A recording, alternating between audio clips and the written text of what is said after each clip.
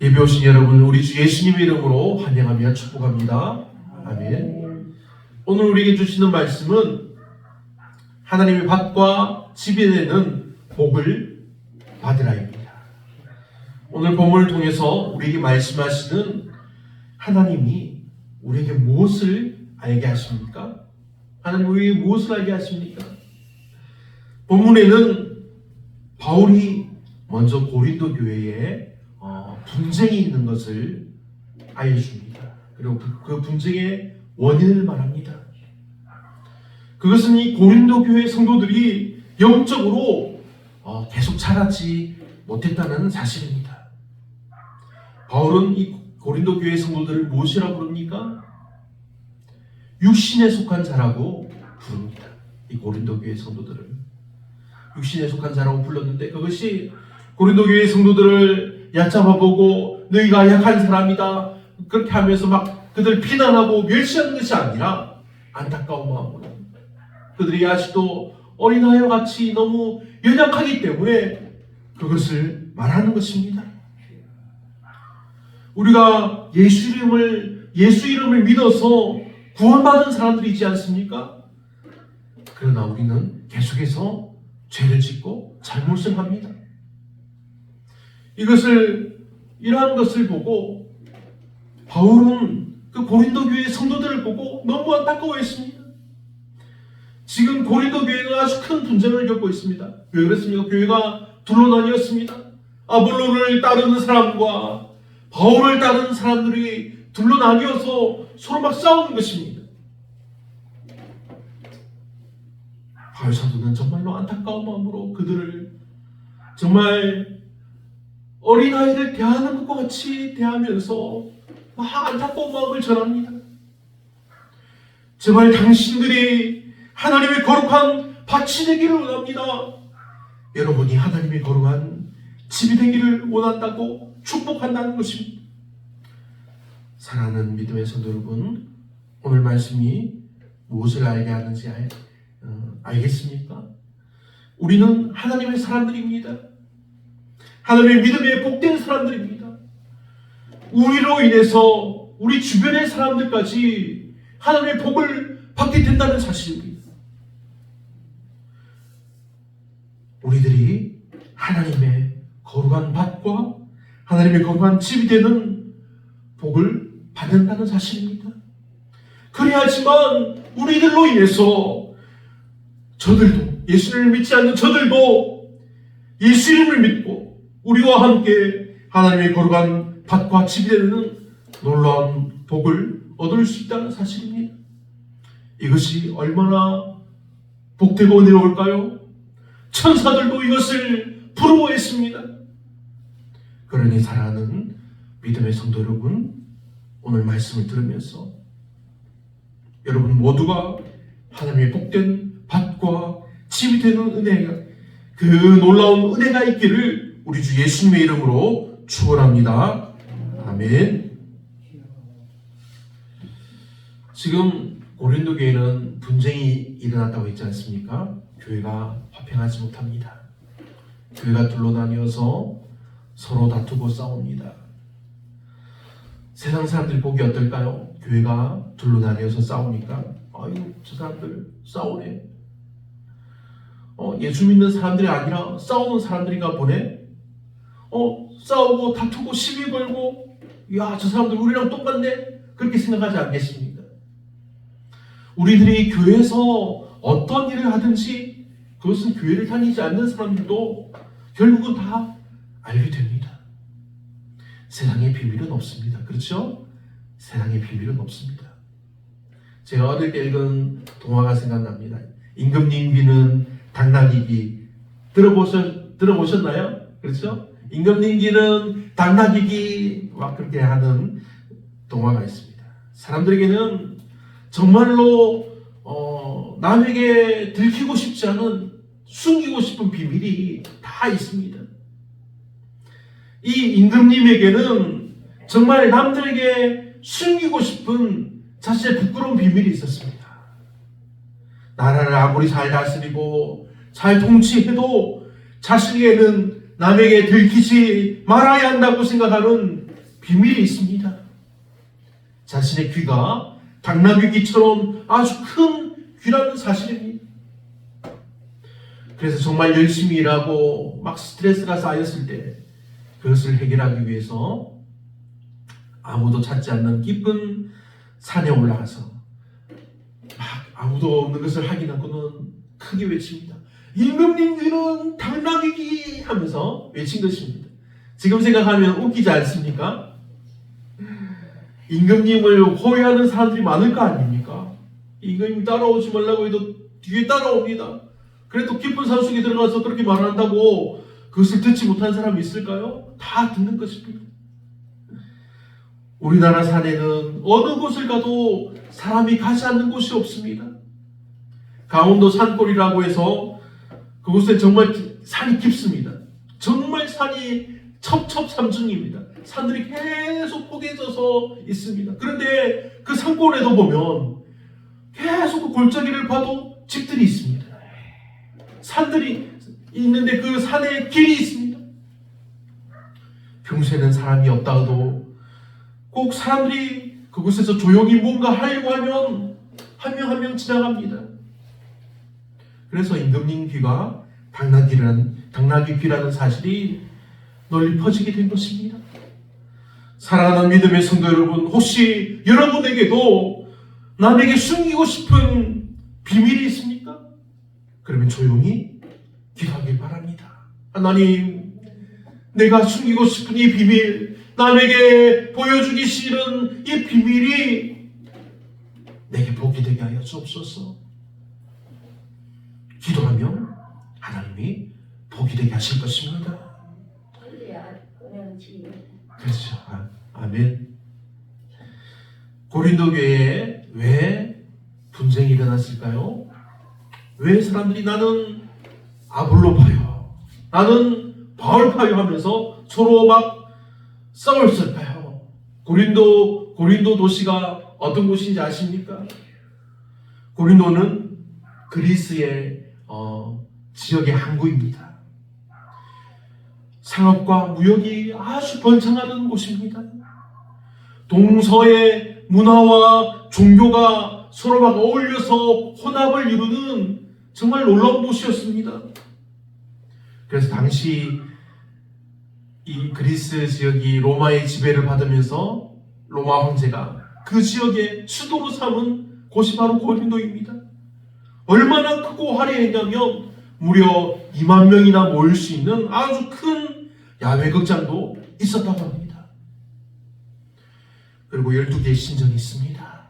그만큼 사람들이 계속 몰려오고 또 몰려오는 정말로 화려한 도시입니다. 하지만 이 도시에 하나님의 교회가 세워집니다. 그리고 성도들이 모입니다.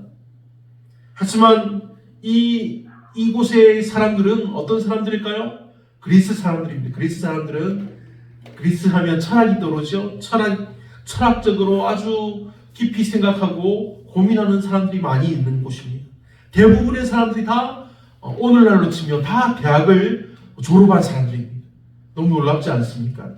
그래서 모두가 다 그 광장에 모여서 서로 막 자기의 의견을 말하고 토론하는 그런 문화가 있습니다. 그래서 바울과 아볼로가 이곳에 선교해서 교회를 세울 때 자신들의 마음에 맞는 사람을 따르게 된 것입니다.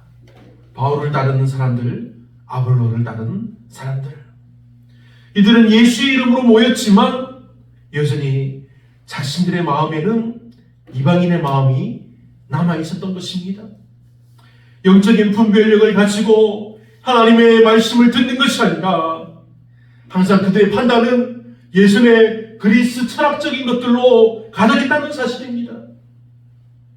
사랑하는 성도 여러분, 여러분들의 앞에 두 개의 상자가 있습니다. 하나의 상자에는 성령 충만한 은혜와 기쁨의 능력이 있는 상자입니다.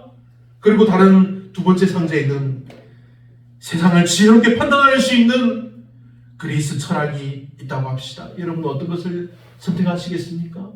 우린 당연히 1번이지 않습니까? 저는 대학을 다닐 때 아주 오래전이죠. 벌써 신학을 하면서 또 철학을 부전공했습니다. 철학적인 사고가 너무 마음에 들었습니다. 철학적으로 생각하면서 나도 철학인이라고 생각했습니다. 지금 생각하면 좀 웃음이 나옵니다. 내가 철학적으로 생각한다고 철학인은 맞지. 그런데 지금은 하나님을 사랑하는 하나님의 종입니다. 할렐루야. 아멘. 여러분도 하나님을 사랑하는 하나님의 귀한 믿음의 성도인 것입니다. 우리 믿음의 성도들은 하나님을 사랑하는 믿음의 사람들입니다. 우리에게는 성령 충만함의 은혜와 능력이 항상 있어야 합니다. 우리들이 성령이 충만해야지 세상의 철학적인 사고와 생각이 우리에게 더 은혜롭게, 더 지혜롭게 우리를 인도해 주는 것입니다. 하지만 우리가 성령 충만하지 못하고 우리에게 먼저 그리스 철학과 같은 그런 철학적인 사고가 우리를 다스리고 있다면 우리는 어떻게 될까요? 우리는 하나님의 은혜로운 자리에 이르지 못하게 된다는 그런 억울한 사실이 있습니다. 사랑하는 믿음의 성도 여러분, 제가 지금 세상의 학문을 무시하는 것이 아닙니다. 고린도 교회의 성도들이 지금 자신들이 자랑하던 세상적인 지혜로 자신들이 믿고 따르던 그리스 철학으로 하나님의 일을 판단하고 계산했다는 사실입니다. 지금 세상을 살아가고 있는 수많은 사람들이 이 발달한 이 세상의 지식과 학문으로 하나님을 판단하고 있지 않습니까? 하나님은 없다고 합니다. 하나님이 지으신 이 세상이 그냥 하나님이 지으신 것이 아니라 아주 우연한 결과로 생겨나고 계속해서 진화했다고 하는 것입니다. 그래서 바울 사도는 이 고린도 교회의 성도들을 영적인 미숙아라고 부른 것입니다. 너희들은 영적으로 자라지 못했다, 그렇게 말한 것입니다. 하지만 바울은 그렇게 말하면서 이 성도들을 무시하고 비판한 것이 아닙니다. 오히려 바울 사도는 그들을 안타까워하면서 그들이 하나님의 거룩한 밭과 하나님의 집이 되기를 원하며 축복했다는 사실입니다. 그러면 오늘을 살아가는 우리들은 어떻게 해야겠습니까? 우리들도 마찬가지입니다. 우리들도 바울 사도와 마찬가지로 영적으로 자라지 못하는 하나님을 믿지 않는 저 사람들을 우리가 무시하며 우리가 핍박해야겠습니까? 이 땅에 수많은 사람들이 우리와 같은 사람들이 되기를 우리가 원해야 하는 것입니다.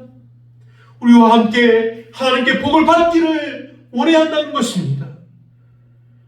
우리와 함께 하나님의 복을 받기를 축복하며 예수 이름을 전해야 하는 것입니다. 아멘.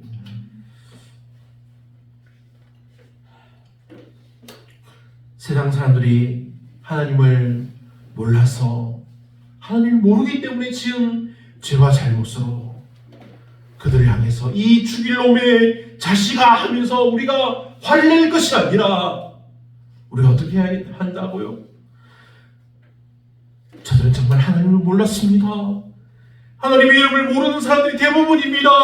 하나님 불쌍히 해주시고 내가 예수 이름을 전할 때 저들이 예수 이름을 믿게 하여 주옵소서. 우리가 이렇게 예수 이름을 전해야 한다는 것입니다. 그들을 어린아이와 같이 대하는 것이 맞습니다. 내려다보는 줄 알고 땅에서 쳐다보는 줄 알고 마음속으로 샀는데. 네. 그런데 우리가 어린아이와 같이 대한다고 어린아이처럼 대하면 큰일 납니다. 그렇죠? 다 나이가 있는데 우리가 어린아이처럼 대하면 정말 큰일 납니다. 그럼 어떻게 하는 것이 지혜로울까요? 어린아이처럼 대하는 것이 아니라 어린아이와 같이 대하면서 그들을 인정하고 그들에게 복을 빌어주는 것입니다. 그들이 무엇이 궁금해서 물어보거나 찾을 때 우리가 기도하면서 지혜로운 사람이 되어서 그들이 말하지 않아도 그들이 하는 행동과 눈빛만 봐도 무엇을 찾구나, 무엇을 구하는구나 하면서 우리가 그것을 잘 알고 그들에게 알려주어서 알게 해야 한다는 사실입니다. 바울 사도는 1절에서 이렇게 말씀합니다. 형제들아, 내가 신령한 자들을 대하는 것 같이 너에게 말할 수 없어서 육신에 속한 자 곧 그리스도 안에서 어린아이들을 대하는 것 같이 하노라. 바울은 어떻게 보면 이렇게 좀 직설적으로 말합니다. 근데 이렇게 직설적으로 말했다고 그 사람들에게 막 그렇게 말한 것이 아닙니다. 고린도 교회 성도들이 하는 잘못들은 지금 우리가 보기에는 정말 잘못했다고 지적하고 책망하게 맞는 잘못입니다. 하지만 바울 사도는 그들에게 하는 것이 어떻게 하는 것이 지혜로운지를 보여줍니다. 바울 사도는 그렇게 하지 않았습니다. 그들을 어린아이들을 대함과 같이 한다고 하였습니다. 어린아이처럼 대한다는 것이 아니라 어린아이들을 대함과 같이 한다는 것입니다. 어린아이처럼 대한다는 것은 어떻게 보면 함부로 행하는 것이지 않습니까? 하지만 어린아이들을 대함과 같이 한다는 것은 정말 조심스럽게, 정말 우리 마음을 다해서 우리 자신의 아이들을 키우는 것 같이 우리가 정말 애를 써서 대한다는 것입니다. 저는 어릴 때 부모님에게 정말 크게 혼나본 적이 없습니다. 저는 4남매 중 셋째로 태어났습니다. 둘째 아들로 정말 어머니 아버지의 큰 사랑을 받고 정말 기쁘게 살았습니다. 돌아가신 제 어머니는 정말 유순한 분입니다. 정말 사람들에게 큰 소리 치지 않고 사람들이 막 힘들게 해도 정말 조용히 참고 기도하는 사람이었습니다. 우리 자녀들 키울 때도 큰 소리 내지 않았습니다. 정말 조용히 우리를 사랑하시며 우리를 안아주시며 우리를 믿음으로 키우셨습니다. 정말 우리를 사랑하시면서 우리를 아이들을 대함과 같이 한다는 것이 무엇인지 알게 해준 분입니다. 하지만 어머니는 정말 대단한 분입니다. 어머니가 한번 화를 낸 적이 있습니다. 우리 자녀들에게 어려움이 다가왔을 때입니다. 자기 자식들을 지키기 위해서 어머니는 누구보다 강한 어머니가 되는 것입니다. 사랑하는 믿음의 성도 여러분, 우리에게는 이렇게 모두에게 어머니가 있지 않습니까? 지금 다 돌아가셨지만 그런데 돌아가지 않는 어머니도 있지 않습니까? 그리고 지금 우리들은 그 어머니가 되었습니다. 그리고 할머니가 되었습니다.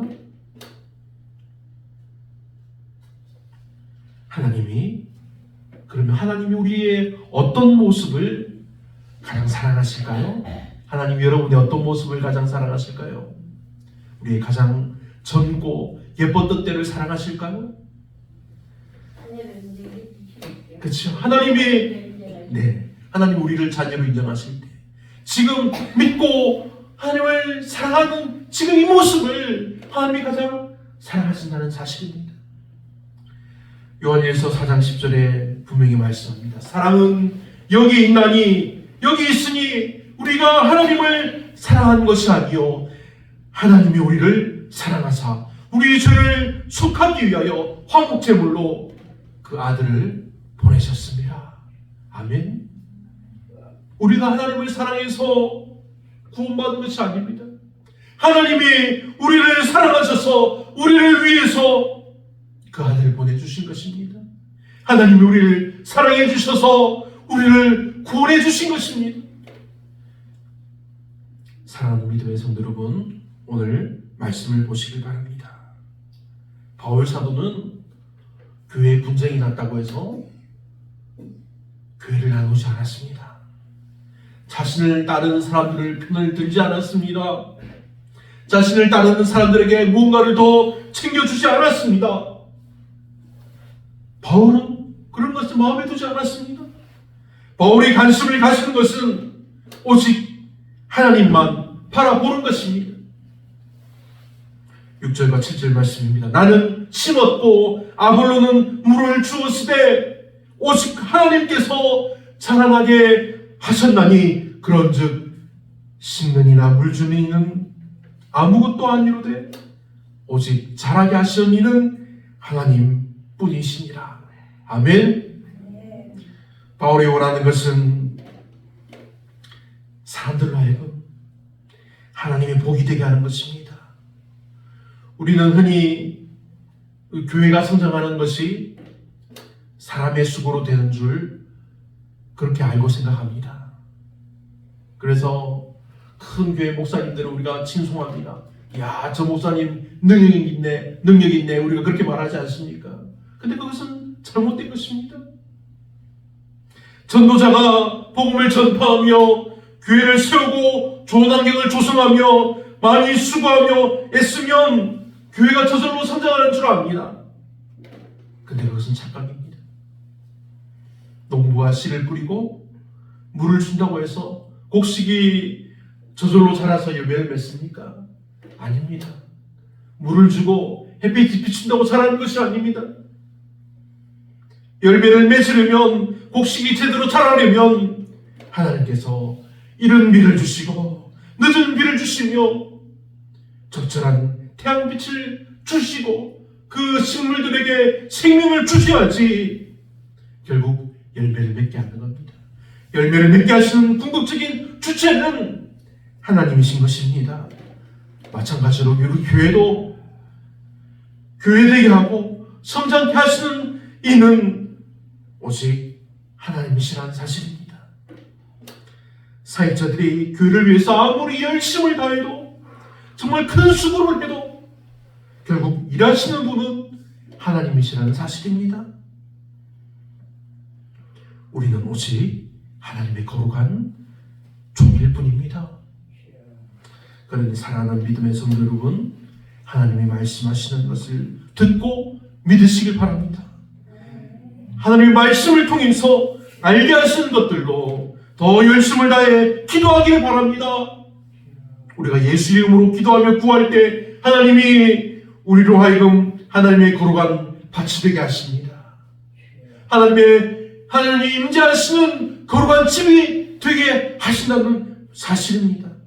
이 놀라운 귀한 복을 주실 것을 우리 주 예수님의 이름으로 축원합니다. 아멘.